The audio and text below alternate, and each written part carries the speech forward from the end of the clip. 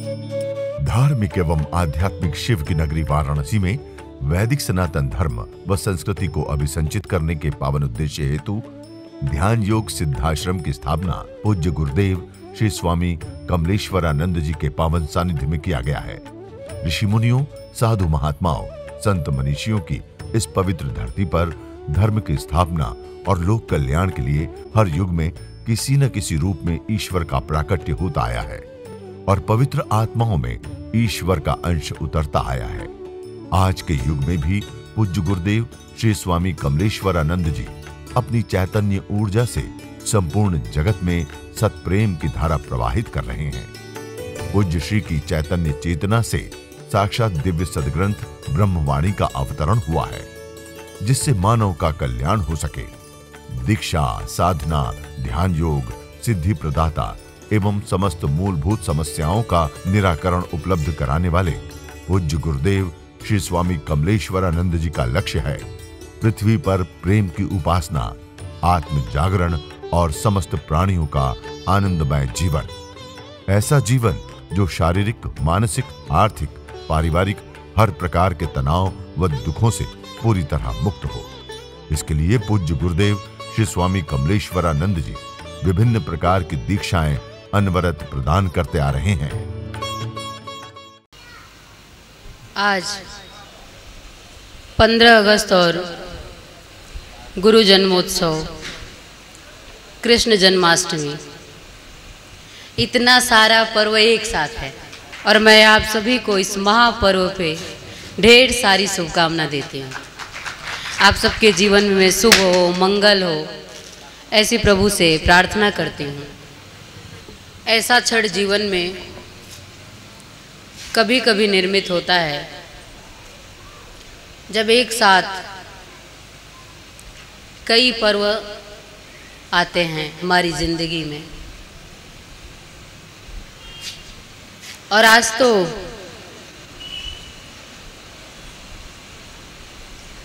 मैं कहूँ तो ईश्वर ने बहुत ही सुंदर एक संयोजन किया है। कभी कृष्ण का जन्म हुआ था और आज कमल का जन्म है। गीता में उन्होंने कहा है, यदा यदा ही धर्मस्य ग्लानिर्भवति भारत अभ्युत्थान धर्मस्य तदात्मने सृजाम्यहम्। तो आज जो भगवान कृष्ण ने गीता में कहा है, उस युक्ति को चरितार्थ करने के लिए कमल के रूप में फिर उस ईश्वर का इस धरती पे आगमन हो गया है। मैं हमेशा कहती हूँ कि अध्यात्म बड़ा गूढ़ रहस्यों से भरा हुआ है। इसे समझ पाना सामान्य जीव के लिए इतना आसान नहीं है। सामान्य जीव क्या, पहुँचे हुए साधु संतों के लिए भी बड़ा मुश्किल होता है। अध्यात्म जल्दी समझ में नहीं आता है। जितना समझने का प्रयास करते हैं उतना ही रहस्यात्मक होता चला जाता है। सद्गुरु ईश्वर के बारे में जितना भी ज़्यादा आप जानने की कोशिश करते हो, लगता है कि थोड़ा जान लिया, उतना ही आगे बढ़ोगे तो लगेगा कि रहस्यों से बहुत ज़्यादा ही भरा हुआ है, हम जान नहीं पाते हैं। तो मैं आपको बता रही थी कि गीता में भगवान कृष्ण ने कहा था कि इस धरा पे जब जब धर्म की हानि होगी तब तब मेरा आना होगा। और आज इतने सालों के बाद फिर आपके बीच में वो परमात्मा फिर एक सद्गुरु के रूप में विराजमान है। उनका नाम कृष्ण था नाम से, और स्वरूप सांवला तो था, पर कहते हैं लोग कि बड़ा सलोना था, इतना प्यारा था। उनके गुणगान का जिन्होंने उन्हें देखा है, उनके स्वरूप का भी जब वर्णन करते हैं कृष्ण के, तो इतना सुंदर, इतना सुखमय लगता है। ऐसा लगता है कि कितना प्यारा रहा होगा वो। लोग उसे जब वो नगर में प्रवेश करते थे तो जो महिलाएं होती थी नगर की, और दौड़ करके देखने के लिए कृष्ण को भागती थी। उनके ही नगर की महिलाएं कृष्ण को देखने के लिए भागती थी। जब वो बांसुरी बजाते थे तो राधा दीवानी होती थी, गोपिकाएं, ग्वाल बाल सब उनके पीछे भागने लगते थे। ऐसी कुछ उनकी स्थिति थी। स्थिति क्या कह लो कि योगी ही थे कृष्ण। सम्मोहन ऐसा था उनमें कि जिसकी वजह से पूरी दुनिया उनकी ओर भाग रही थी। कृष्ण से सचमुच अगर आप सीखना चाहते हो, कृष्ण को सचमुच अगर पूजते हो, तो कृष्ण का जो सद्गुण है प्रेम, कृष्ण का नाम आता है तो उनकी पहचान ही किससे शुरू होती है? प्रेम से। कृष्ण के नाम के आगे प्रेम ही जोड़ देते हैं। कि कभी किसी देवता को देखे हो कि स्त्री के चरणों में देवता का सिर हो? कभी देखा क्या? कभी ऐसा किसी भगवान का चित्र नहीं बना हो कि देवी के चरणों में देवता का सिर हो। सिर्फ कृष्ण का होता है। राधा के चरणों में सिर्फ कृष्ण दिखते हैं। राधा मतलब स्त्री के चरणों में नहीं, प्रेम के चरणों में कृष्ण दिखते हैं। और सिर्फ प्रेम ही एक ऐसी चीज है कि जिसकी वजह से आप किसी को भी अपने, आप चाहते हो कि दुनिया आपके समक्ष नतमस्तक हो। ये मनुष्य की चाहत होती है। मैं तो कहती हूँ ऐसी चाहत मत रखो। आप ये चाहत रखो कि मैं प्रभु के चरणों में झुकूं। आप झुकना सीखिए, झुकाना नहीं। और जब आप झुकना सीख लेते हैं, कृष्ण झुकना सीख लिए प्रेम में, इसलिए पूरी दुनिया झुक गई उनके चरणों में। सीखना है तो कृष्ण से ये सीखो, उनका सद्गुण चुरा लो। कृष्ण की आप पूजा करते हो, कृष्ण की गाथा गाते हो, तो अगर सच में किसी को जब हम प्रेम करते हैं, अपने सद्गुरु को प्रेम करते हो, अपने किसी इष्ट को प्रेम करते हो, तो उसमें ये देखो कि इनमें क्या कुछ अच्छा है। और जो अच्छा है, जिसकी वजह से भगवत्ता को वो व्यक्ति प्राप्त हुआ। जब हम जन्म लेते हैं इस संसार सागर में, जो देवता लोग भी उपलब्ध है, ऐसा जब वो उपलब्ध हो जाते हैं, जब वो भगवत्ता को उपलब्ध हो जाते हैं, तो ऐसा कहा जाता है कि वो प्रकट हुआ। ऐसा नहीं कहा जाता है कि कृष्ण ने जन्म लिया, ये नहीं कहा जाता है कि राम ने जन्म लिया। ऐसा कहा जाता है कि वो ईश्वर प्रकट हुआ, कृष्ण में अवतार हुआ ईश्वर का, ऐसा कहा जाता है। लेकिन सद्गुणों के कारण ही तो ऐसा कहा जाता है। राम कई जगह एक सामान्य स्थिति में भी दिखते हैं, कृष्ण कई जगह एक सामान्य स्थिति में भी दिखते हैं। जब कहते हैं कि ब्रह्मा जी को भी भ्रम होता है कि क्या ये कृष्ण है जो गाय चरा रहा है, दूध दही चुरा रहा है, ग्वाल बालों के बीच में घूम रहा है। ये सारी उनके बचपन की एक कहानियां हैं। लेकिन उसका जो पुरुषत्व है वो भी तो है। राक्षसों का जितना संहार भगवान कृष्ण ने किया है, उतना किसी देवता ने नहीं किया है। मुस्कुराते रहते थे, मतलब किसी को मारने के लिए जरूरी नहीं है कि तलवार ही उठाया जाए। ऐसा कृष्ण के स्वरूप को देख करके ऐसा महसूस होता है। ये भी ऐसा ही करते हैं, मुस्कुराते मुस्कुराते ही लोगों को मार देते हैं। दुर्योधन की तरह जब तन करके आप खड़े हो जाओगे कृष्ण के समक्ष कि मैं तुम्हें मार दूंगा, तो उसके बाद से वो तुम्हें नहीं छोड़ेगा। परमात्मा बहुत, मैं कई बार आप लोगों को कहती हूँ कि परमात्मा बहुत ज्यादा दयालु है। परमात्मा इतना कोई दयालु नहीं है इस पूरे जगत में, पर परमात्मा इतना कोई निष्ठुर भी नहीं है इस धरा पे और इस पूरे ब्रह्मांड में। हर जगह है तो परमात्मा ही, जीव की तो कोई क्षमता, कोई औकात है ही नहीं उसके सामने। लेकिन एक कृष्ण का उदाहरण अगर हम देखें, कृष्ण के स्वरूप को, कृष्ण के पूरे जीवन काल को, उनके व्यक्तित्व को निहारेगो तो देखोगे कि कृष्ण जैसा प्रेमी कोई नहीं है, कृष्ण जैसा सहज कोई नहीं है, पर कृष्ण जैसा कोई निष्ठुर भी नहीं है। अर्जुन के लिए इतना ज्यादा सहज है, राधा के लिए इतना ज्यादा सहज है, और वहीं दुर्योधन के लिए, वहीं उनके जैसे हजार लोगों के लिए जो युद्ध में कुरुक्षेत्र में खड़े थे, उनके लिए क्या है कृष्ण। आप कहते हो संहार मत करो किसी का, आप तो वाणी से भी यदि किसी को निष्ठुर वचन बोल दो, कठोर वचन बोल दो, तो आप कहते हो कि अध्यात्म, हमें आप कहते हो कि हम अध्यात्म के राह पे हैं, आप हमसे ऐसी अपेक्षा नहीं कर सकते हो और हमें ऐसा नहीं होना चाहिए, ऐसा आप कहते हो। मैं आपसे पूछती हूँ, जरा आप बताइए कि कृष्ण क्या थे। कृष्ण ने क्यों अर्जुन को माध्यम बना करके इतने जो अत्याचारी थे, जो दुराचारी थे, जो अधर्मी थे, जो निशंस हत्या लोगों की कर रहे थे, क्यों मार देते हैं? क्यों कंस को मार देते हैं जबकि कंस मामा है? सब रिश्ते नाते में हैं, फिर भी कृष्ण क्यों प्रहार कर जाते हैं? आप ऐसा कहते हो कि ऐसा नहीं होना चाहिए। परमात्मा का सिर्फ आप अपने लिए परमात्मा के सारे गुण, मतलब आप में क्रोध होना चाहिए, आप में काम होना चाहिए, आप में लोभ होना चाहिए, आप में मोह होना चाहिए, आप में सब कुछ होना चाहिए। और हम में सिर्फ आप सही बात है, हम सत्य के राह पे सदपथ पे चल रहे हैं तो हम में सद्गुण होना चाहिए। पर ध्यान रखना, जब जब राक्षस अधर्मी बनेगा तो उसकी निशंस हत्या ईश्वर ही करेगा कृष्ण के रूप में। अधर्म का नाश करने के लिए ईश्वर को उस रूप में भी उतरना पड़ता है, क्योंकि उसमें भी क्या है, रावण को राम ने मारा था, कृष्ण को कंस ने मारा था। किस लिए मारा था? उद्धार करने के लिए। परमात्मा हत्या किसकी करता है? आत्मा की तो हत्या कभी होती नहीं, आत्मा तो कभी मरती नहीं। शरीर को क्यों समाप्त किया जाता है? क्योंकि जब आपका मन अहंकार में आ जाता है, आपका मन जब विध्वंस में आ जाता है, जब आप विध्वंसकर्ता बन जाते हो संसार में, तो ईश्वर आपका संहार करता है। इस युक्ति से जरा विचार करना कि आपके अंदर भी अगर कंस का जन्म होगा, आपके अंदर भी अगर दुर्योधन का जन्म होगा, तो ईश्वर आपको समाप्त कर देगा। इसलिए ईश्वर के चरणों में प्रार्थना रखो कि मेरे मन में दुर्योधन पैदा न हो, मेरे मन में पैदा हो तो कृष्ण पैदा हो, मेरे मन में पैदा हो तो राधा पैदा हो, मेरे मन में पैदा हो तो अर्जुन जैसा सखा पैदा हो। ईश्वर को सखा बना लो, ईश्वर को माता पिता भाई बंधु बना लो, लेकिन जो कुछ भी बनाना उससे बेईमानी मत करना, उससे चोरी करने की कोशिश मत करना, और अहंकार के साथ तन करके उसके सामने तो खड़ा ही मत होना।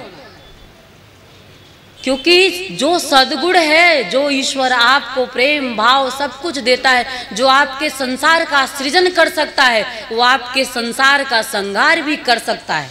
जो सृजन करने की ताकत रखता है, ये भगवान शिव सृजन करने की ताकत भी रखते हैं और संहार करने की ताकत भी। सृजन चाहते हो जीवन में तो सदगुरु को अपने हृदय में स्थान दे दो, संहार चाहते हो तो आओ निरादर कर दो। क्या चाहते हो जिंदगी में? मैं सिर्फ सत्य का दर्शन कराना चाह रही हूं कि ईश्वर क्या चीज है, सदगुरु क्या चीज है। ये जब मुस्कुराते, कोई शिष्य जब इनके साथ दुर्योधन की तरह, तो बहुत लोग ऐसे होते हैं कि बहुत लोग अपनी ऐसी स्थितियों में उतरते हैं, मन से वचन से कर्म से उतर जाते हैं, व्यवहार से। तो जब उतरते हैं और जब इनका चुप हो जाना होता है, मैं सच में बोल रही हूँ, इस मंच पे बैठ करके बोल रही हूँ, मिथ्या नहीं बोल रही हूँ, मेरे मन में एक डर आता है और मैं कहती भी हूँ, मतलब ऊपर से तो नहीं कहती हूँ, पर मन से एक बात आती है कि आपका चुप होना ठीक नहीं है। इसके लिए अगर बोल देते हैं तब तो उसका पाप थोड़ा कम हो जाता है, और उसका मिलने वाला जो उसके पाप कर्मों का मिलने वाला जो फल है वो भी थोड़ा कम हो जाता है। लेकिन मुस्कुरा करके अगर ये सह लेते हैं तो जान लेना आपके जीवन के लिए बिल्कुल अच्छा नहीं होता है। और लोग कहते हैं बड़ा, इनसे जुड़ने के बाद लोगों का बड़ा अच्छा भी हो जाता है, और जुड़े ही रहते हो। आप कहते हो हम जुड़े हैं, हमारा अच्छा हुआ, हमारा बुरा भी हो गया, गुरुजी हैं तो हमारी जिंदगी में। क्यों हमारे जीवन में ऐसा घट जाता है? आप गुरुजी के साथ जुड़े रहते हो, पर मन वचन कर्म से दोष और पाप आपके जीवन में होता रहता है। गुरुजी से जुड़ने के बाद आप उस तरह से शुद्ध और विशुद्ध नहीं हो पाते हो जैसे जिस भाव भूमि पे आपको आरूढ़ हो जाना चाहिए। तो इसलिए आपके मन वचन कर्म के का जो फल है, जो आप पाप करते हो उसका जो फल है, वो तो जीवन में प्राप्त होना ही है ना। और ईश्वर देता ही रहेगा, सदगुरु रहेगा जीवन में, लेकिन जब जब गलती आपसे होगी वो उसका परिणाम भी आपको देगा। क्यों देगा? क्योंकि इस संसार को, अपने सुंदर बगिया को बड़े ही सुंदर तरीके से उसे सजा करके रखना है, बड़े सुंदर व्यवस्थित तरीके से रखना है। तो उस व्यवस्था को रूप देने के लिए क्यों कृष्ण ने मारा दुर्योधन को? क्यों मारा?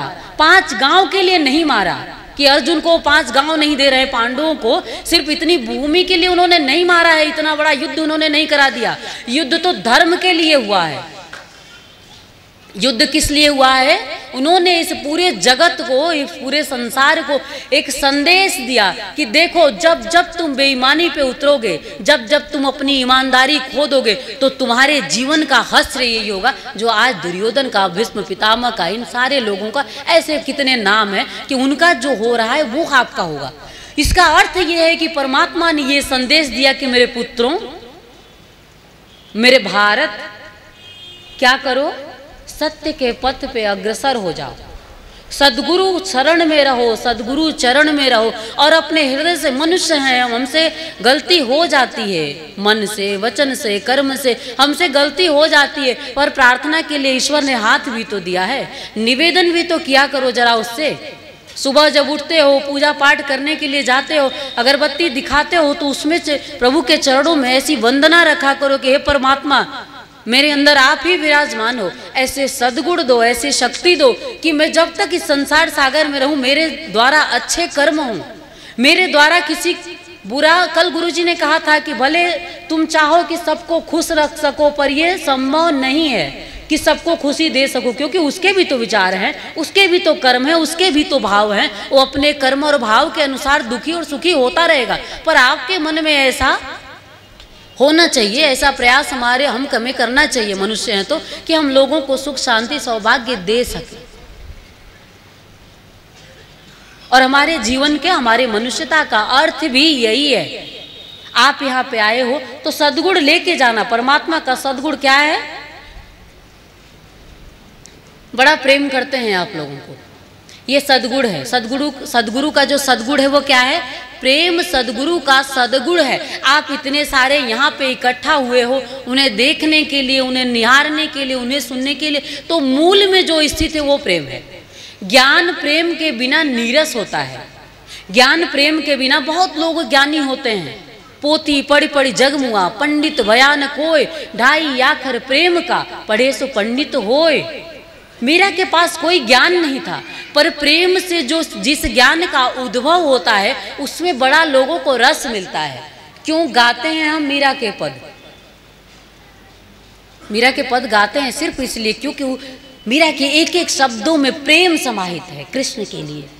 हेरी मैं तो प्रेम दिवाड़ी, मेरो दर्द न जाने कोय। कौन जानेगा मेरे इस दर्द को? जो प्रेम करने वाला होगा। और हमारा सदगुरु, सच में कह रही हूँ, हमारा सदगुरु हमारे जीवन का सौभाग्य है। ऐसा मैं आज इनको कह रही थी कि बड़ा अच्छा किया कि आपने जन्म लिया। इस कलयुग में, इस घोर कलयुग में भी परमात्मा हमारे जीवन में ऐसा सौभाग्य दिया है, ऐसा मुझे सदगुरु मिला है कि हमें ऐसी स्थिति पैदा कर देता है हमारे अंदर कि हम परमात्मा के लिए नाचते हैं, परमात्मा के लिए गाते हैं और परमात्मा के लिए ही गुनगुनाते हुए सदगुरु शरण में होते हैं। ये जीवन का सौभाग्य कम है क्या? कितना अच्छा जीवन है। अभी कमलेंद्र आया है यहाँ पे, मैं उससे कह रही थी कि इतना अच्छा जीवन तुमको मिला था, तुम चले गए, वहीं चले गए। क्या मिलता है वहाँ पे? मुझे पता है क्या मिलता है। मैं आपके बीच में भी रहती हूँ और अपने प्रभु के बीच में भी रहती हूँ, उनके साथ हर पल आनंद में होती हूँ, और आपके बीच में मुझे दोनों स्थितियों से गुजरना पड़ता है। चुनने की जब बारी आएगी सिर्फ ईश्वर को चुनूंगी, चुनने की बारी आएगी तो सिर्फ सदगुरु को चुनूंगी, चुनने की बारी आएगी तो सिर्फ अपने परमात्मा को चुनूंगी और कुछ भी नहीं। और आज प्रेम का दिवस है, आज कृष्ण का जन्म है, आज कमल का जन्म है, आज सदगुरु का जन्म है, इसलिए आज प्रेम का दिवस है। उन्होंने कभी परमात्मा, उस कृष्ण के रूप में परमात्मा ने कभी प्रेम का प्रवाह दिया था, और उस अविरल धारा को आज हमारा परमात्मा, हमारा गुरु कमल के रूप में प्रवाहित कर रहा है हम सबके जन जन के बीच में। वो कहते हैं, प्रभु जी ने लिखवाया था कि कमल मैं तुझसे क्या चाहता हूँ कि धरती के एक एक कण को प्रेम से थिरका दो। और आज हम यही काम कर रहे हैं।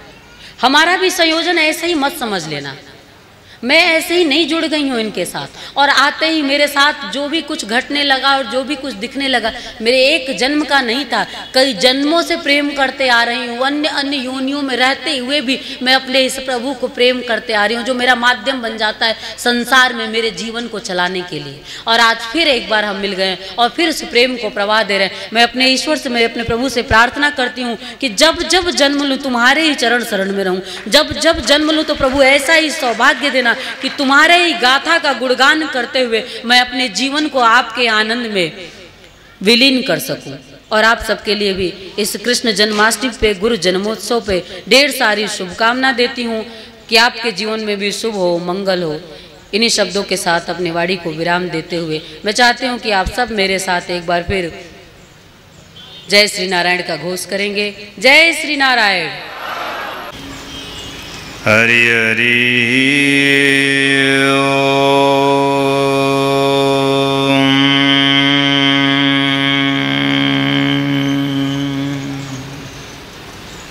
हरि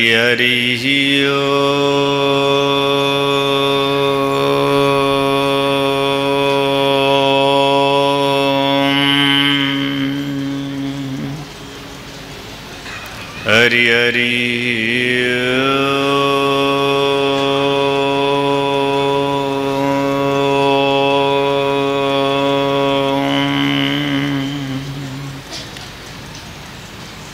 शांति मंत्र का पाठ गुरु संग करें। शांति मंत्र परमात्मा प्राप्ति का एकमात्र मंत्र है। अगर इसे नित्य हम जप करें, सस्वर उच्चारण करें पूरे नाभि से, तो निश्चित रूप से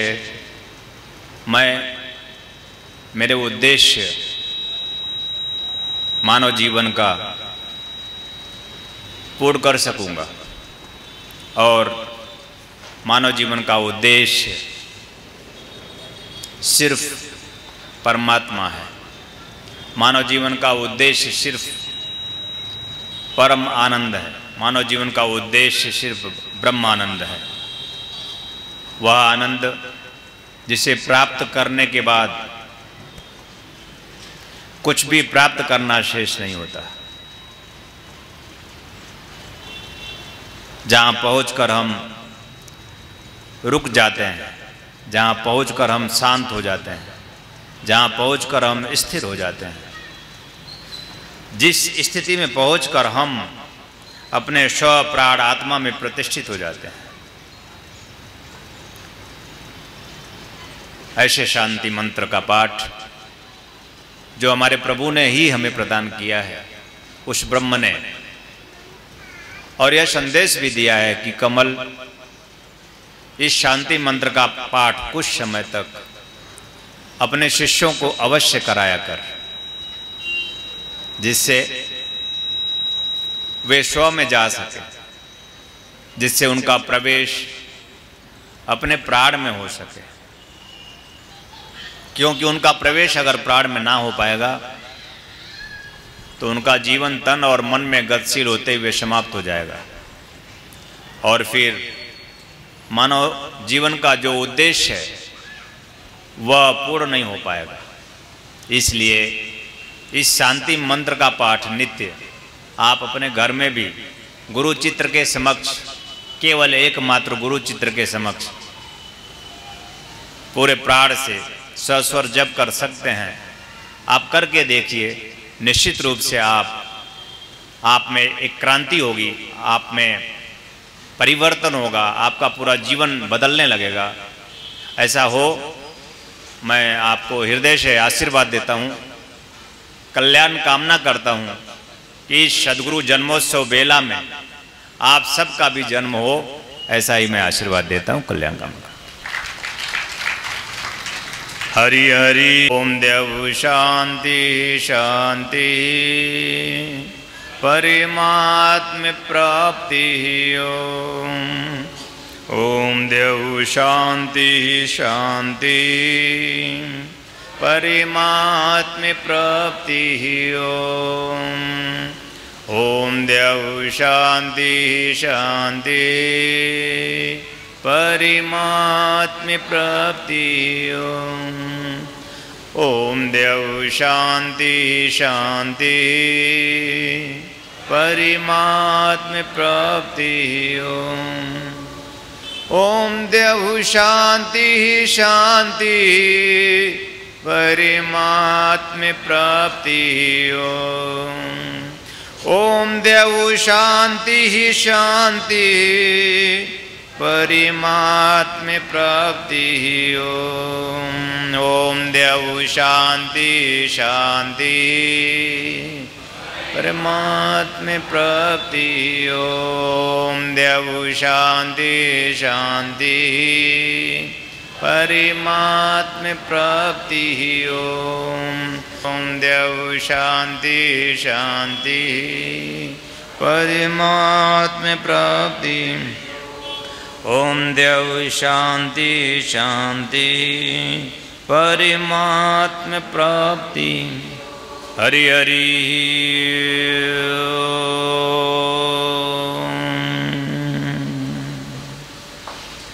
हरि हरि।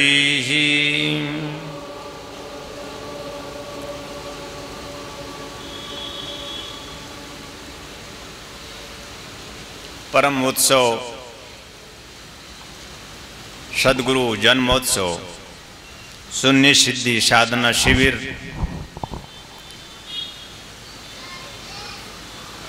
के इस दूसरे दिन संध्या बेला पर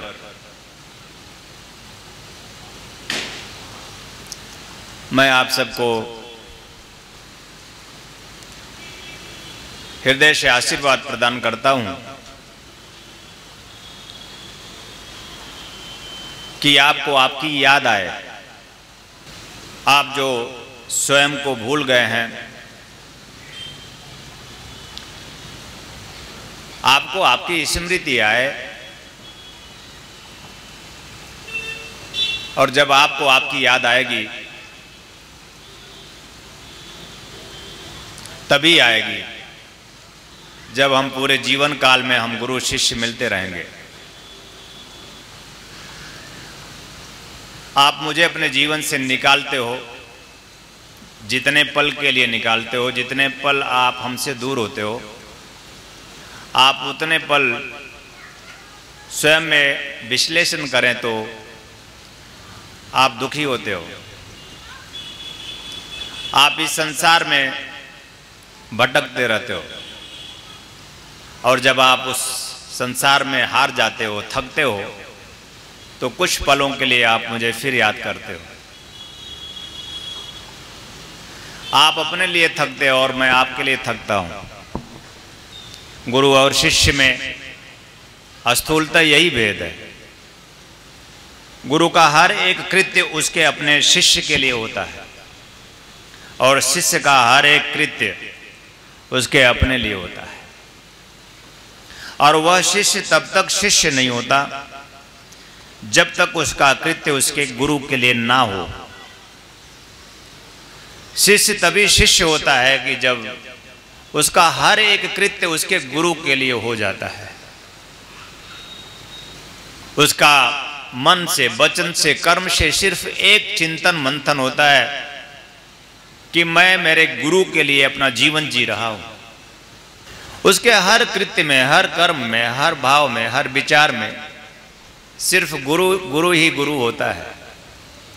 और जब ऐसा होता है तब वह जीव जो मनुष्य रूप में इस संसार सागर में आया होता है, वह जीव अपने आप में पावन बनता है। तब वह जीव एक ऊंचाई पर खड़ा हो जाता है। उस ऊंचाई का नाम शिष्य होता है। मैं हृदय से चाहता हूं कि आपका हर एक कृत्य आपके गुरु का हो। आपका हर एक कर्म, हर एक वचन, हर एक भाव, हर एक विचार गुरुमय हो जाए, जिससे आप जीवन के रहस्य को जिसके लिए मिला है समझ पाए। हमारा ये जीवन अत्यंत मूल्यवान है।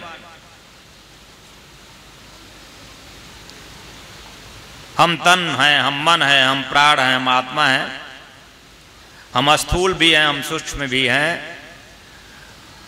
हम अगर समझ जाएं इस तन मन में रहते हुए उस प्राण आत्मा को, अगर हमारा तन, हमारा मन उस गुरु की ओर गतिशील हो जाए, अगर उस गुरु के लिए हमारा जीवन, हमारा विचार, हमारा भाव, कर्म एकमात्र उस गुरु के लिए हो जाए तो हमारा प्रवेश तन मन के पार प्राणों में हो जाए। और जब हमारा प्रवेश प्राण में होगा तो मैं मेरे गुरु का हो जाऊंगा,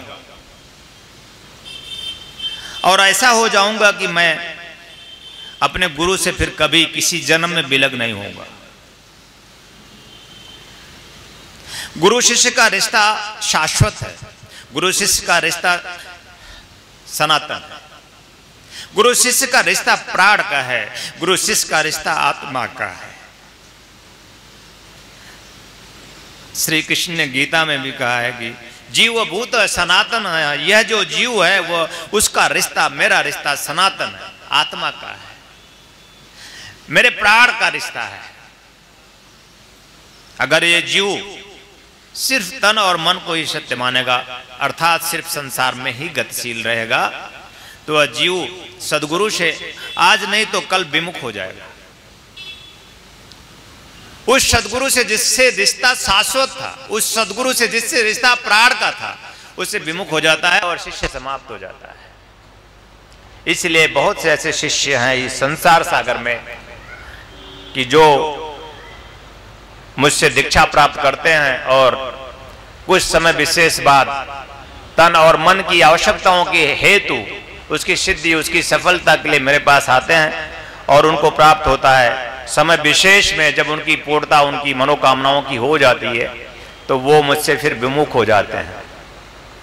और जब शिष्य गुरु से विमुख होता है तो शास्त्र कहता है कि जब कोई शिष्य अपने गुरु से विमुख होता है तो वहीं से, जहां पर यह मानव जीवन शास्त्र कहता है कि बड़े भाग्य का है, मानुष तन पावा असुर दुर्लभ है, देवताओं के लिए भी दुर्लभ है मानव शरीर, सुयोग उससे बड़ा सौभाग्य की सदगुरु जीवन में मिला है। लेकिन जब विमुखता बनती है किसी शिष्य की किसी सदगुरु से, तो जीवन में सबसे बड़ा अगर दुर्भाग्य कुछ होता है तो जीवन में गुरु शिष्य का विमुख हो जाना सबसे बड़ा दुर्भाग्य होता है। और मैं कमलेश्वरानंद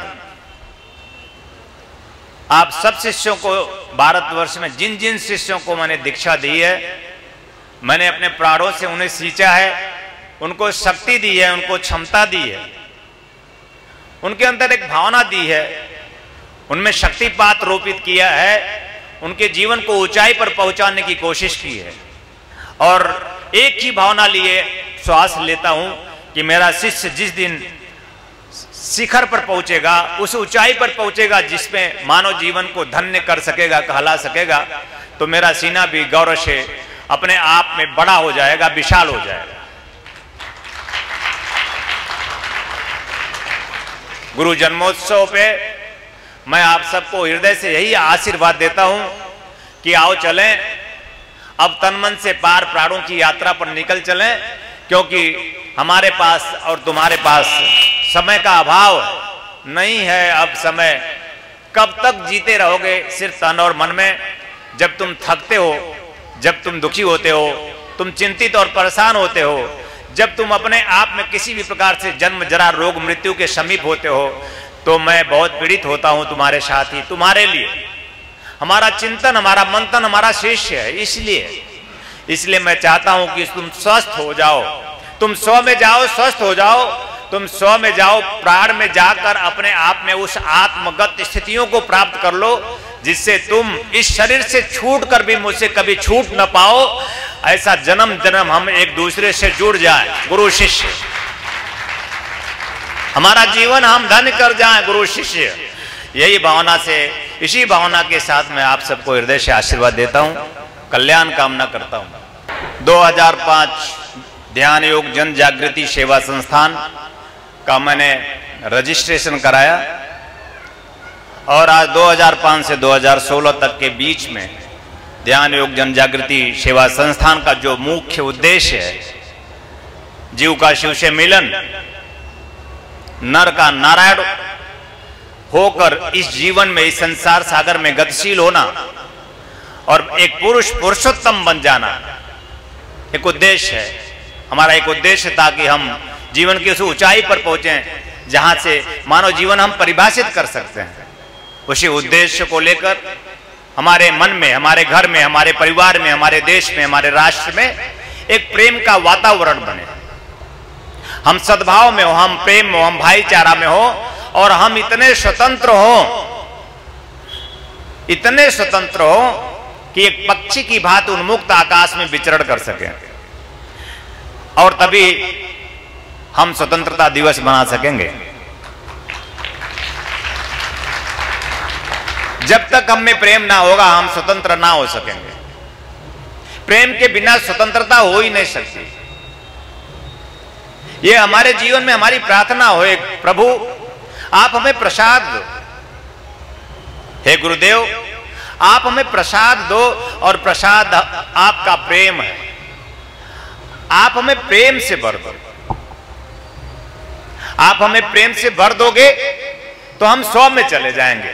आप हमें प्रेम से भर दोगे, हम प्राण तंत्र में चले जाएंगे। आप हमें प्रेम से भर दोगे सदगुरुदेव भगवान, आप हमें अपना प्रसाद दे दोगे, प्रेम प्रसाद, तो हम स्वतंत्र हो जाएंगे।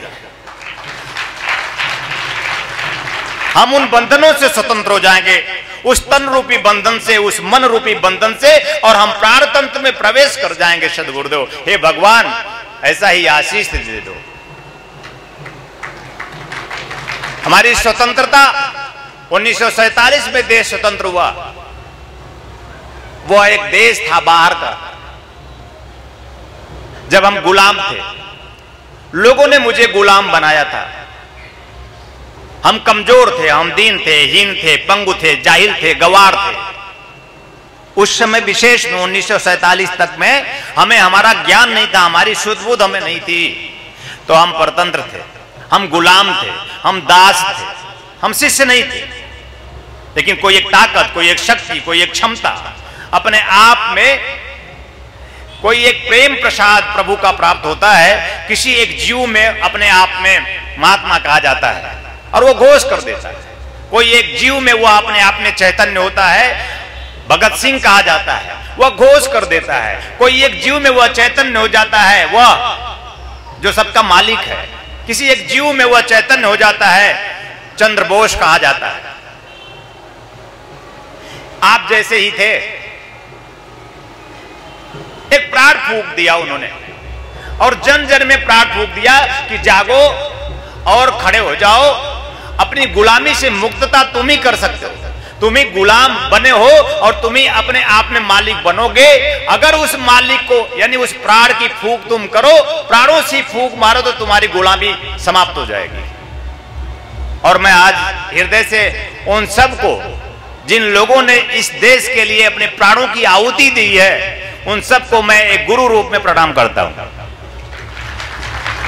इस देश को स्वतंत्र करने के लिए, स्वच्छंद करने के लिए, अपने आप में आत्मनिर्भर करने के लिए जिन जिन लोगों ने अपने प्राणों की आहुति दी है, आज इस स्वतंत्रता दिवस के दिन संध्या बेला पर मैं उन सबको शुभेच्छा देता हूं, मैं उन सबको नमन करता हूं, मैं उन सबको प्रणाम करता हूं कि ऐसी प्राणों की आहुति देने की ताकत हम सब शिष्यों में भी आए, कि हम स्वतंत्र हो जाए।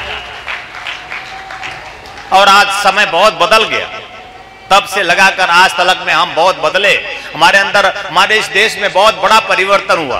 अब हम चिंतन कर सकते हैं स्वतंत्रता के साथ, हम मंथन कर सकते हैं, हम अच्छे और बुरे का ज्ञान कर सकते हैं, और उस सदपथ पर गुरु के साहचर्य में चल सकते हैं, जिससे हमारे जीवन का आधार जुड़ा है, जिससे हमारे जीवन का प्राण जुड़ा है, जिससे हमारे जीवन की आत्मा जुड़ी है। एक गुलामी से तो हम मुक्त हो गए, लेकिन आज अगर मैं मेरे शरीर को देखता हूं तो मैं एक सोने के पिंजड़े में कैद एक पक्षी हूं। ये मानो शरीर अपने आप में सोने का पिंजड़ा है। मानव शरीर के सामने सोना कुछ नहीं है। इस मानव शरीर के सामने सोने का कोई मूल्य नहीं है। इसलिए तो यह शरीर जब बीमार होता है तो आप देख लीजिए कि हमारे घर में पैसे ना होते हो तो और सोना होता है, तो सोने को बेचकर इसकी हम रक्षा करते हैं। सोने को बेचकर हम अपने स्वास्थ्य की रक्षा, अपने परिवार की रक्षा करते हैं। हमारे पास भोजन ना हो खाने के लिए तो हम उस सोने को गिरवी रख करके अपने यहाँ हम अपना पोषण करते हैं इस शरीर का। कितना मूल्यवान शरीर है ये, सोना महत्वपूर्ण नहीं है। कौन कहता है कि धन इतना महत्वपूर्ण हो गया है? धन कितना भी महत्वपूर्ण हो जाए पर आपसे ज्यादा महत्वपूर्ण नहीं हो सकता। ये याद रखना है आपको, धन कितना भी महत्वपूर्ण हो जाए पर आपसे ज्यादा महत्वपूर्ण नहीं हो सकता। इसलिए धन के लिए कभी दुखी ना होना और धन के लिए कभी परतंत्र ना हो जाना, धन के लिए अपने आप में कभी इस तरह से निरी ना बन जाना, याद करना, अपने को स्मृति में लाना कि गुरुजी ने कहा है कि तुम महत्वपूर्ण हो, धन नहीं। और जब ऐसा तुम स्मरण में लाओगे तो तुम कुछ कर गुजरने की शक्ति और क्षमता अर्जित कर सकोगे। तब तुम पुरुषार्थ करने की ओर बढ़ सकोगे, तब तुम स्वतंत्र हो सकोगे। तुम अपने प्राणों में एक ताकत के साथ प्राणों को न्यौछावर करके कुछ प्राप्त कर सकोगे। तुम दुखी होते हो तो तुम अपने आप में कमजोर हो जाते हो। कभी दुखी ना हो, कभी परेशान ना हो, कभी चिंतित ना होना, कभी आप में निरी मत बनना। और तन मन में रहोगे तो तुम दुखी होगे। तन मन में रहोगे, तुम्हारे चित्त की वृत्ति अगर सिर्फ तन है, तुम्हारे चित्त की वृत्ति सिर्फ मन है, तो तुम्हारे जीवन में दुख होगा। और मैं नहीं चाहता कि तुम इस तन मन के जीवन में जो यात्रा तुमने 40 साल तक की है, अब ऐसे ही यात्रा करते तुम समाप्त हो जाओ। मैं चाहता हूं तुम अपने प्राणों में प्रवेश कर जाओ। मैं चाहता हूं तुम उस शून्य की स्थिति में चले जाओ। तुम क्या चाहते हो? मुझसे जुड़े रहना है या मुझसे छूट जाना? कोई न कोई एक ऐसा दिन तो आएगा कि तुम मुझसे छूट जाओगे, क्योंकि तुम्हारा चित्त सिर्फ तन है, तुम्हारा चित्त सिर्फ मन है, और तन मन अस्थाई है। तन समाप्त हो जाएगा, तन मिट्टी में मिल जाएगा। और ऐसा हो कि गुरु मिला है और इस तन को मिट्टी मान, जीते जी इस तन को मिट्टी में मिला दे। पंचभूतों से बना ये शरीर, क्षिति जल पावक गगन समीरा, पंचभूतों से ये शरीर बना है। और इन पंच महाभूतों को पंच महाभूतों में जीते जी विलीन कर देने की क्रिया, जीते जी तन समाप्त हो जाएगा, तन मिट्टी में मिल जाएगा। माटी कहे कुम्हार से तू का रुधे मोही, एक दिन ऐसा आएगा मैं रुदूंगी तो ही। एक संदेश, कुम्हार मिट्टी को रुदता है और रुद करके उसको आकार देता है, मनचाहा आकार देता है। और उस कुम्हार को वो मिट्टी एक संदेश अपने आप में कि तू मुझे क्या रूद सकता है, क्योंकि तू मुझसे है। और कुम्हार को इस बात का एहसास नहीं है। कुम्हार को इस बात की स्मृति नहीं है कि वो भी मिट्टी है। ये तन मिट्टी, शरीर मिट्टी नहीं है, ये तन मिट्टी है। वो शरीर, वो भू भुआ स्व मह जन तप सत्यम, वो तो हमारा शरीर है जो कभी नहीं समाप्त होता है। हमारे तन में, हमारे शरीर में अंतर है। हमारा भू लोक है, हमारा भुआ लोक है, हमारा स्वलोक है, हमारा महालोक है, हमारा जप तप, ये सूक्ष्म शरीरें हैं। वो सूक्ष्म शरीरों में प्रवेश इस तन रूपी पिंजरे के साथ करे तो, यानी जब तक ये तन है, परमात्मा द्वारा बनाया गया ये मंदिर है, जब तक है तभी तक कुछ हो सकता है। लेकिन मन बंधन में है। आज भी मेरे मन की ऊर्जा ये सिर्फ ये तन है, हमारे मन की ऊर्जा सिर्फ हमारा मन है। हमारा मन क्या है? हमारा पति। हमारा मन क्या है? हमारा पति। हमारा मन क्या है? हमारी पत्नी। हमारा मन क्या है? हमारा बच्चा। हमारा मन क्या है? बेटे बेटियां, पुत्र पुत्री। हमारा मन क्या है? धन। हमारा मन क्या है?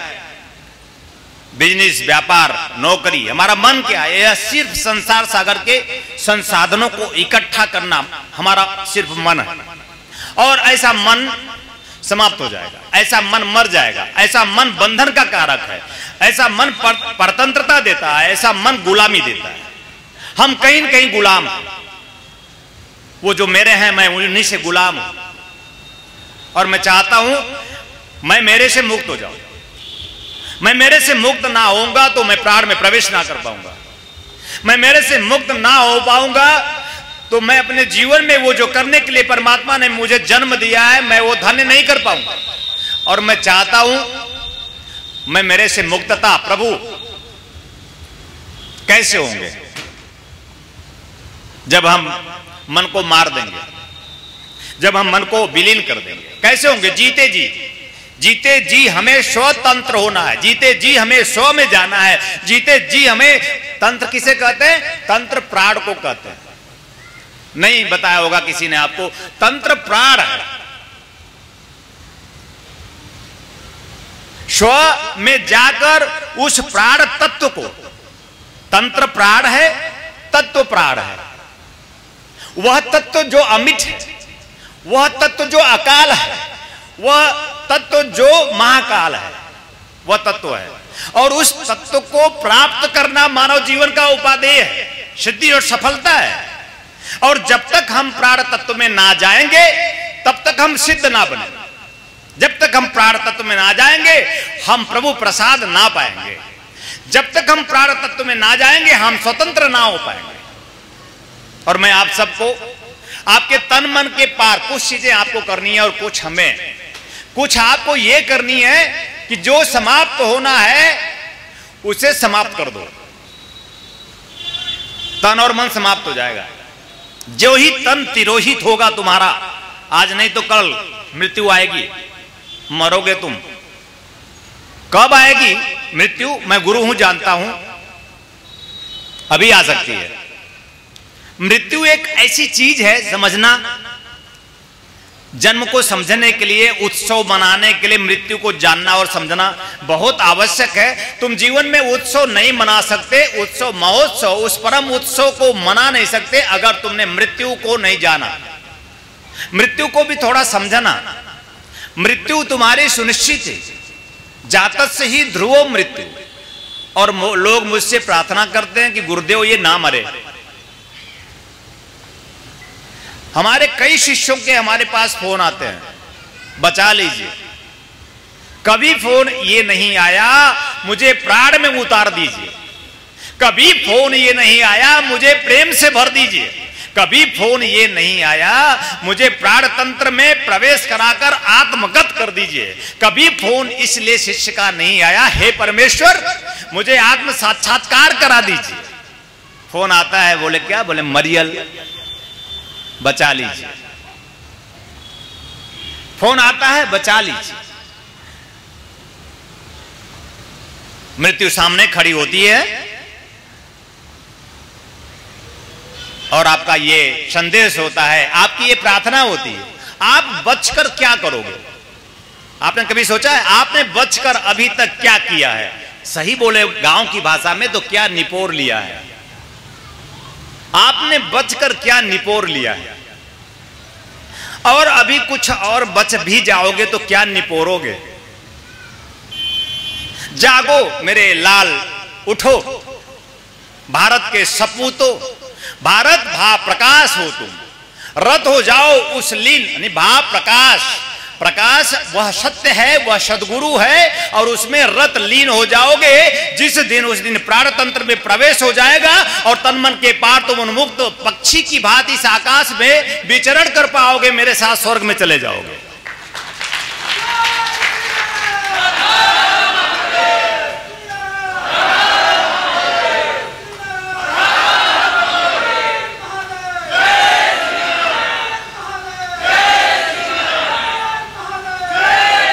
निखिल सत्य दर्शन पत्रिका मासिक पत्रिका है। अगर आप शिष्य हैं तो वो सद्गुरु चेतना का प्रवाहक है। आपके घर में निखिल सत्य दर्शन पत्रिका हर एक घर में जानी चाहिए।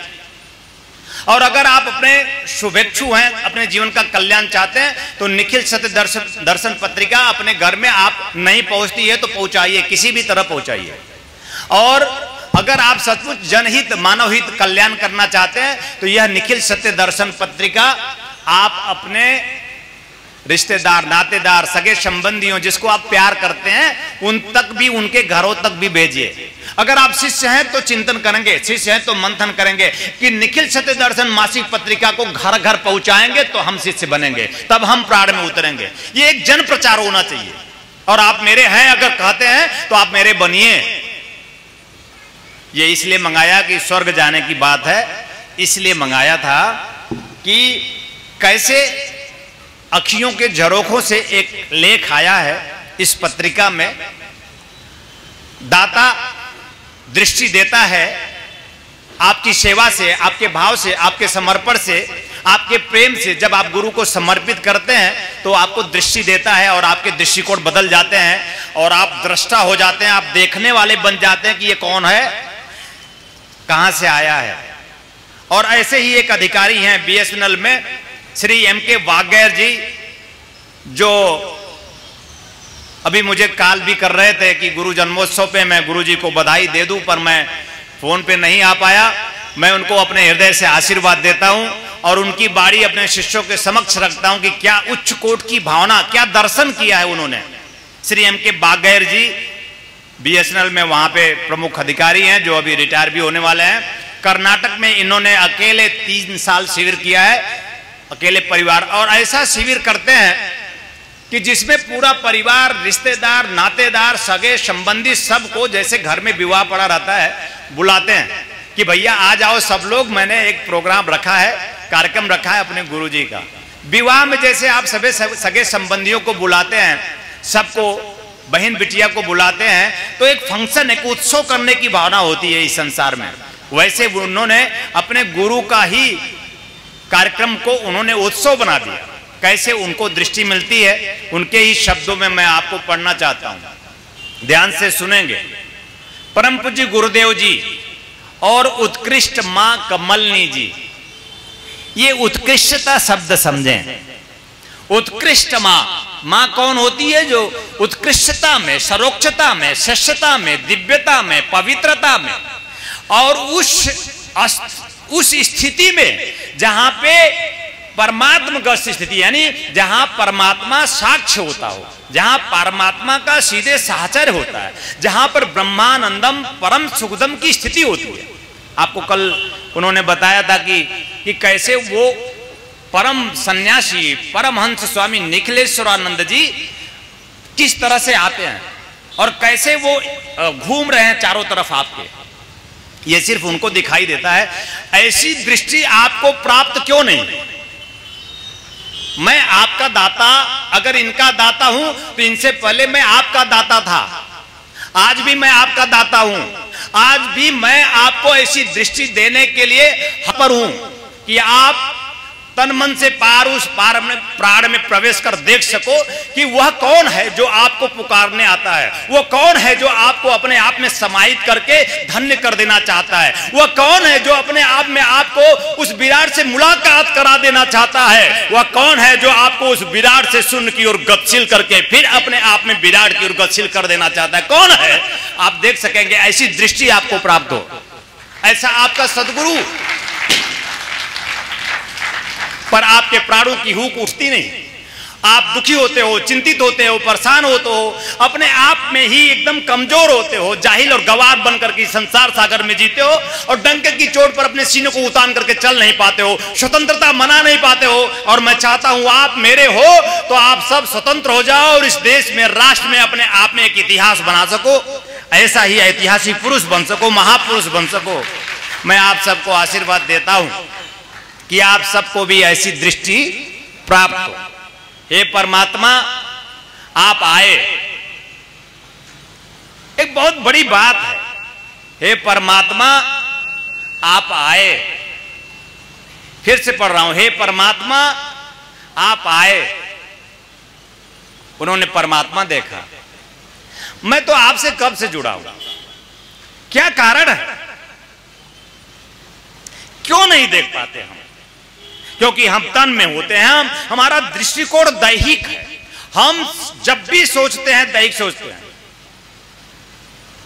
उन्होंने कभी मुझे कहा था कि कमल, तुम्हारे ये शिष्य तो तुम्हारे नख सिख में ही रह गए। गुरुजी बड़ा अच्छा मुस्कुराते हैं, बड़ा अच्छा पहनते हैं, गुरुजी अच्छा बड़ा अच्छा देखते हैं, मुझे भी निहारते हैं। तुम्हारे शिष्य इसी में उलझ गए। इन्हें जगाओ,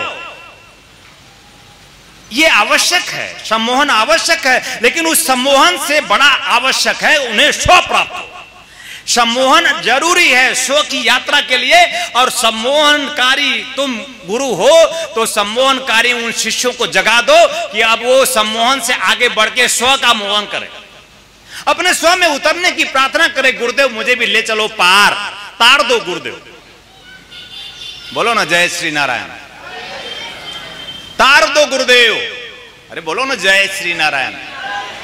तार दो गुरुदेव, तार दो गुरुदेव, तार दो गुरुदेव, पार कर दो गुरुदेव, तार दो गुरुदेव।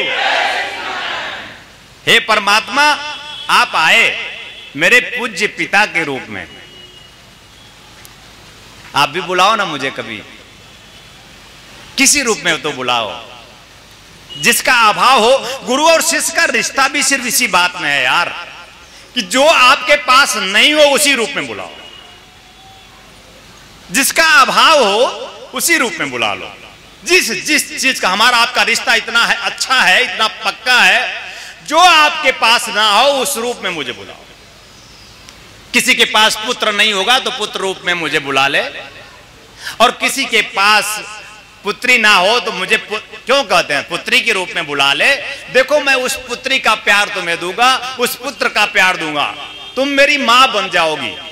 अगर तुम्हारे पास पुत्र ना हो तो चिंता मत करना, गुरु को ही पुत्र बना लेना। यानी जिस चीज का अभाव उस रूप में अपने गुरु को बुलाओ। क्या जरूरत है गुरु को एक जैसा बुलाने की? तुम्हें वो माता च पिता, तुम्हें वो बंधु च सखा, तुम्हें वो विद्या च द्रविड़म। अरे धन का अभाव है ना, हाथ जोड़कर धन रूप में मांग लो उस सदगुरु को। हे गुरुदेव, आप मेरे जीवन में धन, अपरंपार धन के रूप में आ जाओ। मैंने तुम्हें कभी रोका नहीं, कभी टोका नहीं। तुम जैसे थे, जिस हाल थे, बेहाल थे, मैंने तुम्हें अपना लिया, अपना बना लिया। तुम भी मुझे मेरे जैसा ही जिस दिन अपना बनाओगे तर जाओगे। प्रिय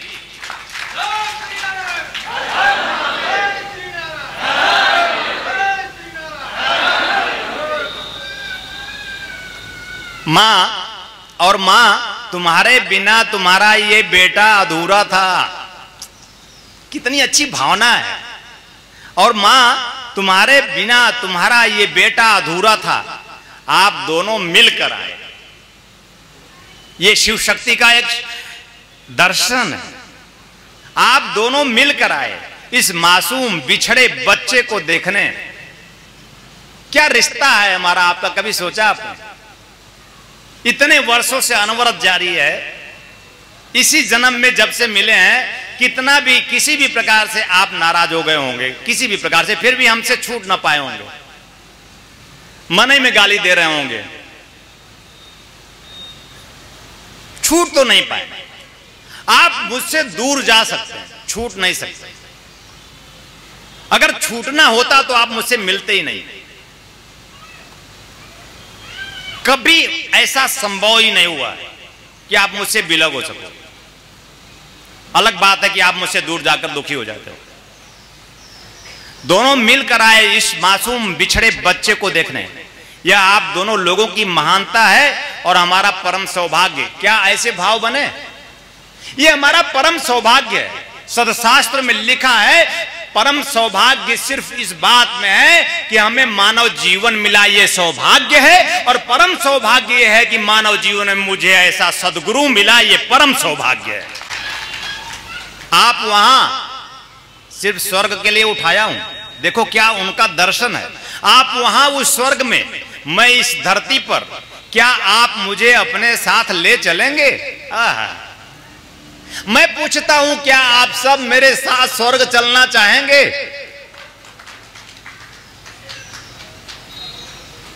क्या क्या बात कही है। आप वहां उस स्वर्ग में, मैं इस धरती पर, क्या आप मुझे अपने साथ ले चलेंगे उस सुंदर लोक में?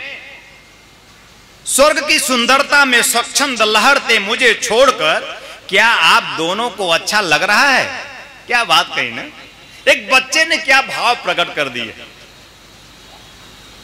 स्वर्ग की उस सुंदरता में स्वच्छंद लहरते हुए मुझे छोड़कर हे गुरुदेव क्या आप दोनों को अच्छा लग रहा है?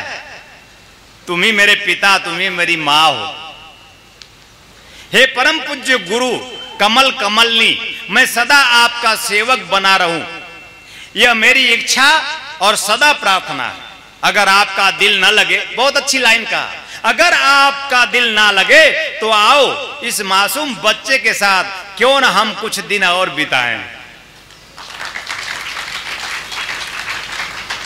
कितना वियोग रहा होगा जब वो, मैं वहां से शिविर करके चलना चाहा होगा तो क्या क्षण गुजरा होगा। तो कहते हैं कि अगर आपका दिल ना लगे, कितना अच्छा दृश्य है मन का।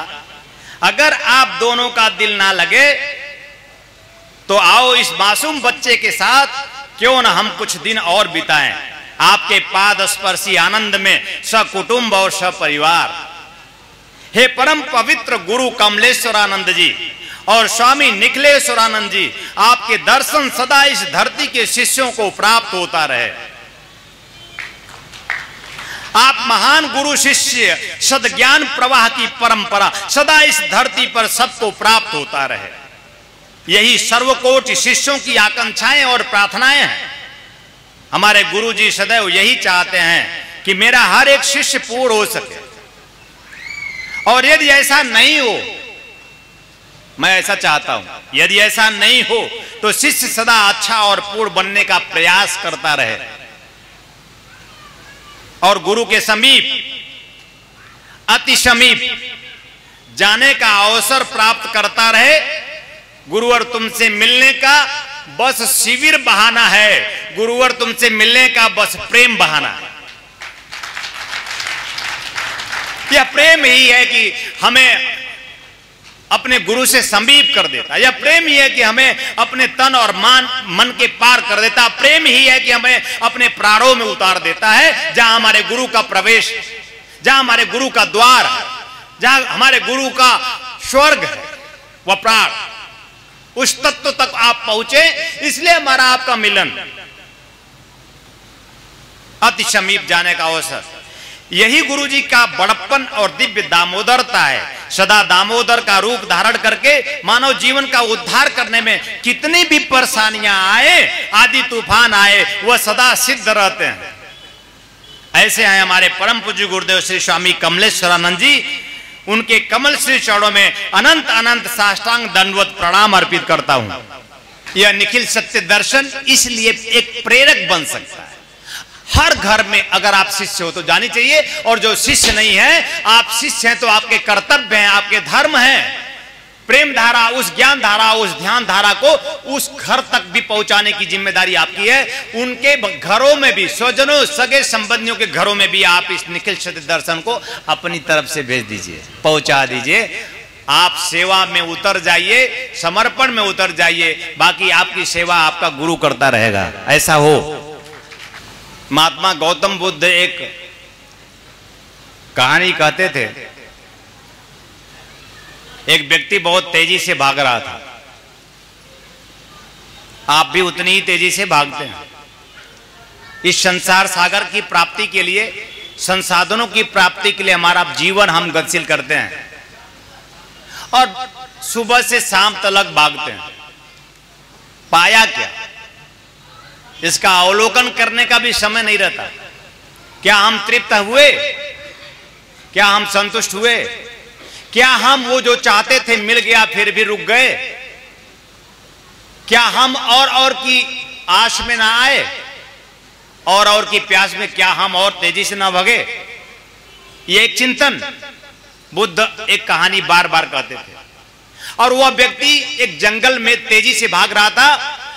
उसने सुन रखा था कि यहां पे हीरा है, और हीरे की प्राप्ति के लिए वह व्यक्ति भाग रहा था।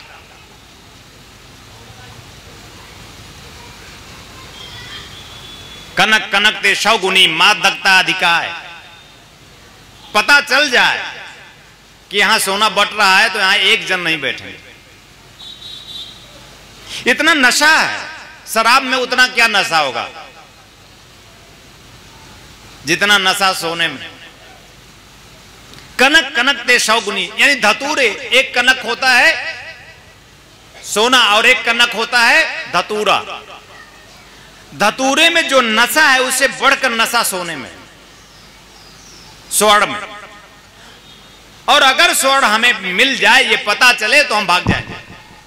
क्या होता है धर्म, धन के सामने हम भूल जाते हैं। हम भागते हैं उस धन के लिए पूरे जीवन काल में। और परम धन जो तन मन धन है, ध्यान रखना, और प्राण आत्मा परम धन। इस तन मन धन को भी हम ख्याल नहीं करते। बाहर का एक धन है उसकी ओर भागते हैं। कुछ अच्छे साधु संत महात्मा होते हैं, कम से कम अपने तन मन का तो ख्याल रखते हैं, स्वच्छ रखते हैं, शुद्ध रखते हैं, स्वस्थ रखते हैं, और अपने मन को भी दिव्य पवित्र पावन रखते हैं।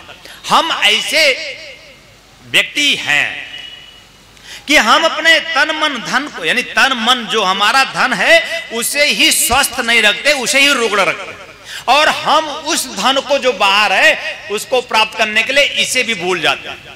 याद रखना, तन और मन ये जो धन है, इसे महत्वपूर्ण मानना उस धन से जो बाहर है। तो तुम साधक बनोगे।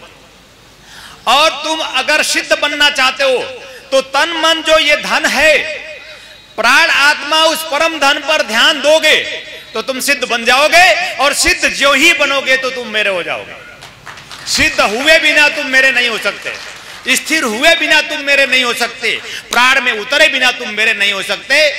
और ऐसा हो तुम्हारा जन्म, ऐसा हो तुम्हारा जन्म इस गुरु जन्मोत्सव पे, तब कृष्ण सार्थक होगा कहना, तब राम सार्थक होगा कहना, तब कमल सार्थक होगा कहना। कमल की पुकार और कृष्ण की पुकार तब सार्थक जब प्राण और आत्मा को परम धन मानेंगे और उसी को प्राप्त करने में लग जाएंगे। और वो व्यक्ति भाग रहा था संयोग वसात जंगल में उस हीरे की खोज में, और पीछे से एक शेर भी उसका पीछा कर लिया। अब व्यक्ति वो और तेजी से भाग रहा है उस हीरे की तरफ। आगे हीरा है और पीछे शेर है। आगे धन है, तन मन धन को भूलकर उस धन की ओर भाग रहा है। धन जो अभी है अभी नहीं होगा, वो धन जो मिट्टी है अभी है, अभी समाप्त हो जाएगा। उस धन को प्राप्त करने के लिए स्वयं को भूलकर भाग रहा है। और पीछे यानी मृत्यु है, आगे मृत्यु है और पीछे मृत्यु है। एक शेर लगा हुआ है और वह और तेजी से भागता है। और भागते भागते भागते भागते ऐसी जगह पहुंचता है जहां से बस अब खाई है।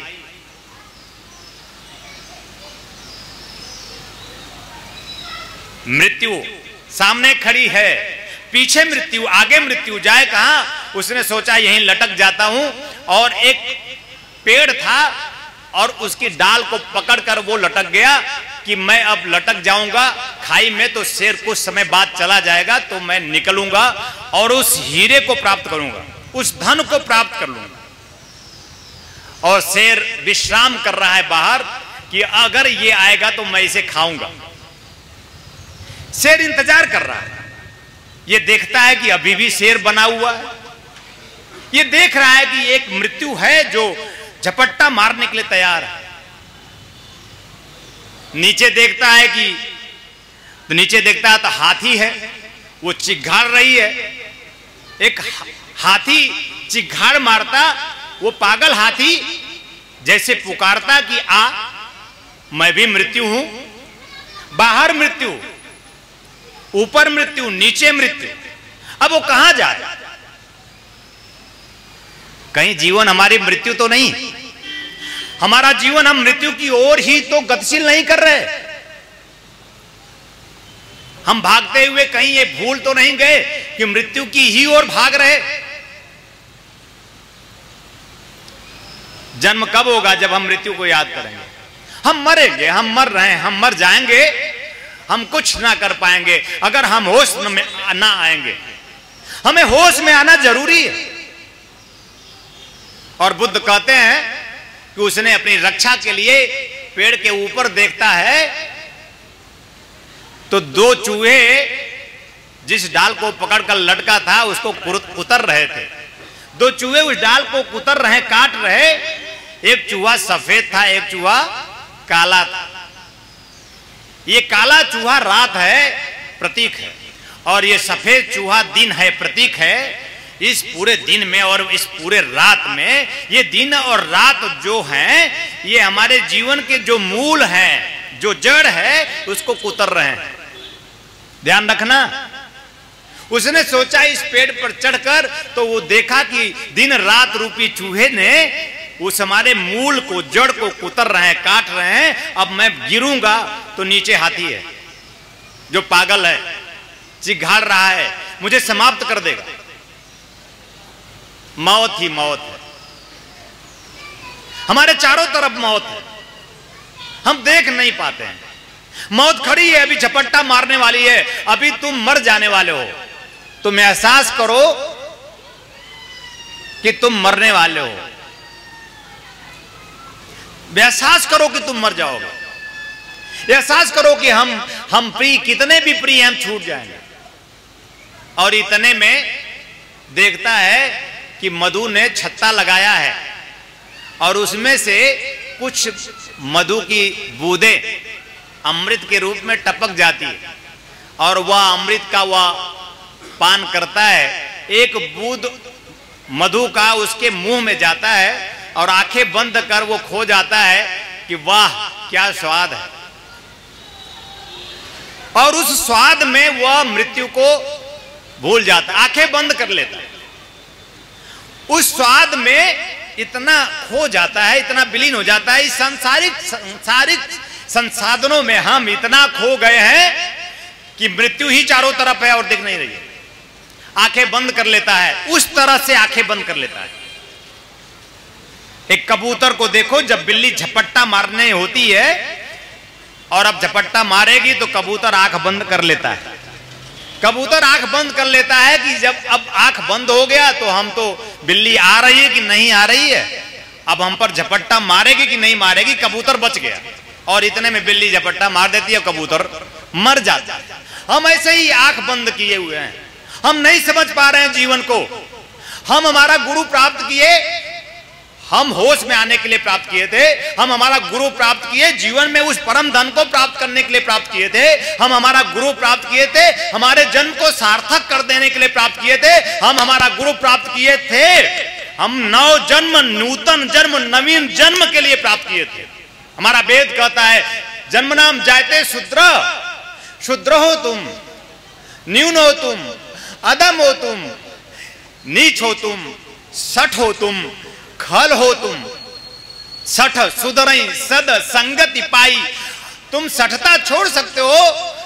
सद संगति से, सदगुरु के साचर में, सानिध्य में तुम सठता से, खलता से, न्यूनता से, शुद्रता से मुक्त हो सकते हो और तुम अपने उस ब्रह्म प्राण तत्व में प्रवेश कर सकते हो, उस परम सुख को प्राप्त कर सकते हो, उस धन मन के पार जाकर के परम धन, प्राण धन, आत्म धन, परमात्मा धन को प्राप्त करके जीवन को सार्थक कर सकते हो।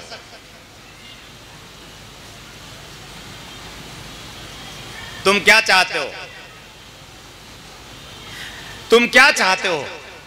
ये तुम्हारा एक चिंतन आज बनना चाहिए। जन्म, जीवन और मृत्यु के इस खेल में, जन्म तुम्हारे माता पिता ने दे दिया, प्रभु की अहेतु की कृपा से तुम्हें जन्म मिल गया। तुम्हारा जीवन अब तुम्हारे हाथ में होना चाहिए। तुम भी चाहते हो तो तुम्हें तन मन के पार उतरना पड़ेगा। बिना प्रेम के तुम उसके पार नहीं जा सकते। और तुम प्रार्थना करो, ऐसी दीक्षा प्राप्त करो कि मैं प्रेम प्राप्त कर रुक जाऊं, प्रेम प्राप्त कर ठहर जाऊं, प्रेम प्राप्त कर प्राणगत हो जाऊं, प्रेम प्राप्त कर आत्मगत हो जाऊं और प्रेम प्राप्त कर परमात्मगत हो जाऊं। ये हमारे जीवन का एक क्रम है, हमारे जीवन का एक सिद्धि और सफलता है, हमारे जीवन का अपने आप में संपूर्णता है कि हम परमात्मा को प्राप्त करें। हमारे जीवन का मूल उत्स परमात्मा है, हमारे जीवन का मूल ध्येय परमात्मा है, परम आनंद है। एक पल की ही जिंदगी हो, पर अगर छलांग लगा देंगे तो प्राप्त कर लेंगे। एक पल का ही जीवन हो भले, क्योंकि पता नहीं अगला पल तुम्हारा क्या होगा। और मैं चाहता हूं तुम्हारा अगला पल प्रेम में हो। मर जाओगे तब भी मुझे कोई चिंता नहीं, और जीते रहोगे तब भी मुझे कोई फिक्र नहीं, क्योंकि अब तुम प्रेम में हो। प्रेम में रहोगे तो तुम्हें कोई मार ना सकेगा। प्रेम में रहोगे तो काल भी तुम्हारा कुछ बिगाड़ ना सकेगा। तुम्हारा प्रेम में होना आवश्यक है।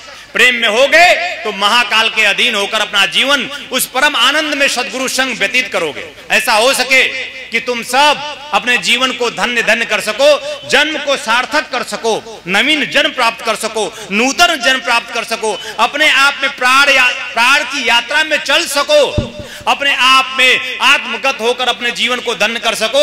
ऐसा ही मैं तुम्हें हृदय से आशीर्वाद देता हूं, कल्याण कामना करता हूं कि हे प्रभु, हे भगवान निखिल महाकालेश्वर, हमारे हर एक शिष्यों का जन्म हो प्राण में हो, आप उनकी रुचि अभिरुचि, उनके जीवन का ध्येय और लक्ष्य सिर्फ परमात्मा बन जाए, और सदगुरु के माध्यम से गुरु गोविंद के अर्थ को सिद्ध कर सके, अपने आप में ऐतिहासिक महापुरुष बन सके, जीवन अपने आप में स्वतंत्रता के साथ जी सके, आनंद के साथ एक एक पल को जीकर आनंदित होकर अपने आप में मेरे साथ उस स्वर्ग में भी सिधार सके जहां पर आनंद ही आनंद है, जहां पर अपने आप में परमानंद है। ऐसा हो सके मैं आप सबको शून्य सिद्धि दीक्षा के माध्यम से आशीर्वाद देता हूं, कल्याण कामना करता हूं कि आप उस विराट की यात्रा पर निकल सको और शून्य में अपने आप में प्रतिष्ठा प्राप्त कर सको, अपने आप में केंद्र में तुम अपने आप में प्रतिष्ठित कर सको। ऐसा हो सके मैं आप सबको हृदय से आशीर्वाद देता हूं, कल्याण कामना करता हूं। शून्य सिद्धि दीक्षा आप सब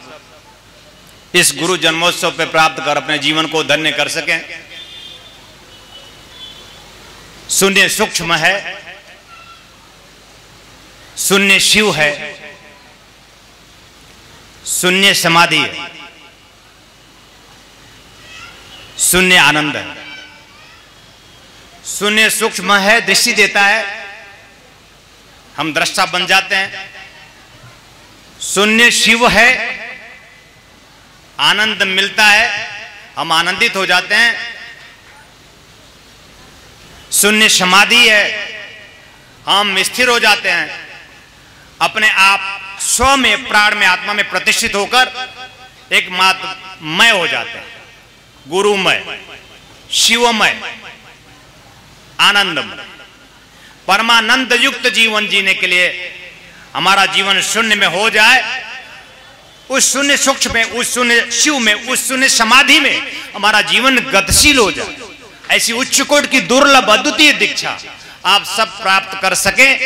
इस गुरु जन्मोत्सव पर हम स्वतंत्र होने के लिए, स्व में होने के लिए, प्राण में होने के लिए, आत्मा में हमारी प्रतिष्ठा होने के लिए, परमात्मा जीवन जीने के लिए शून्य सिद्धि दीक्षा हम प्राप्त कर सके। ऐसा ही हृदय से पूरी भावना के साथ इस उच्च कोटि की दुर्लभ दीक्षा आज भगवान श्री कृष्ण के इस जन्मोत्सव बेला पर, अपने गुरु कमल के जन्मोत्सव बेला पर, इस स्वतंत्रता दिवस की संध्या बेला पर हम स्वतंत्र होने के लिए, उन्मुक्त जीवन जीने के लिए ऐसी उच्च कोटि की दुर्लभ ऋषि मुनि गम्य दीक्षा को प्राप्त कर सके। ऐसा ही मैं हृदय से आप प्राप्त कर सको आशीर्वाद देता हूं, कल्याण कामना करता हूं। हर हर महा हर हर हर महा। जहां आप सभी के सहयोग से संस्थान द्वारा विभिन्न पुण्यदायी प्रकल्प संचालित हो रहा है, वहीं समाज को सृजन हेतु पूज्य श्री की चैतन्य चेतना से दिव्य सद्ग्रंथों का प्रकाशन भी किया जा रहा है। ध्यान योग की निर्मल धारा जन जन में प्रवाहित करने वाले पूज्य गुरुदेव श्री स्वामी कमलेश्वरानंद जी की चेतना का साक्षात्कार दिव्य सद्ग्रंथ ब्रह्मवाणी एक ऐसी रचना जिसका अवतरण स्वयं हुआ है और जिसकी साक्षी बनने का सौभाग्य मिला सुश्री नम्रता कमलिनी जी को। भावना और भक्ति का अनंत प्रवाह है ब्रह्मवाणी, तप और ज्ञान का अमृत कोश है ब्रह्मवाणी, प्रेम और समर्पण का साकार स्वरूप है ब्रह्मवाणी, आस्था और विश्वास का अनन्य मार्ग है ब्रह्मवाणी। आइए हम सभी ब्रह्मवाणी को जीवन में उतारकर अपनी आत्मा को परमात्मा से एकाकार करें।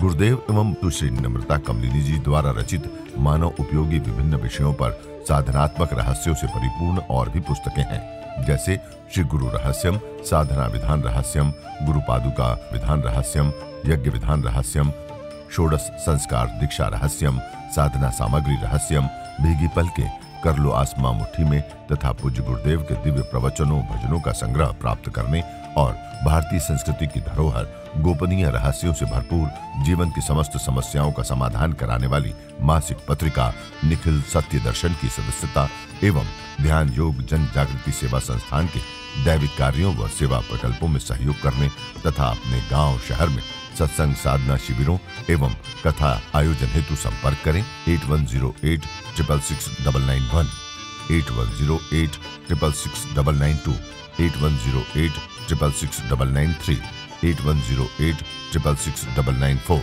Facebook www.facebook.com/kamleshwaranand, Twitter twitter.com/kamleshwaranand, instagram.com/Swami Kamleshwaranand ji, YouTube www.youtube.com/Swami Kamleshwaranand ji।